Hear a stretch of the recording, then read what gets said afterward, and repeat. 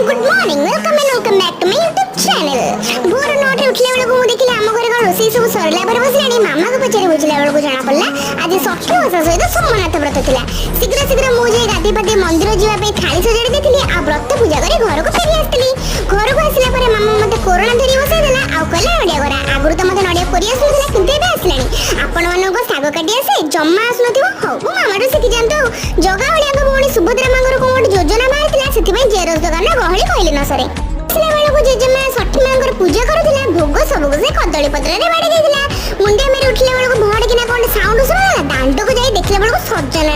भांगी पड़िला आ गाँ याक लोक से सजना साग नबे बाटिया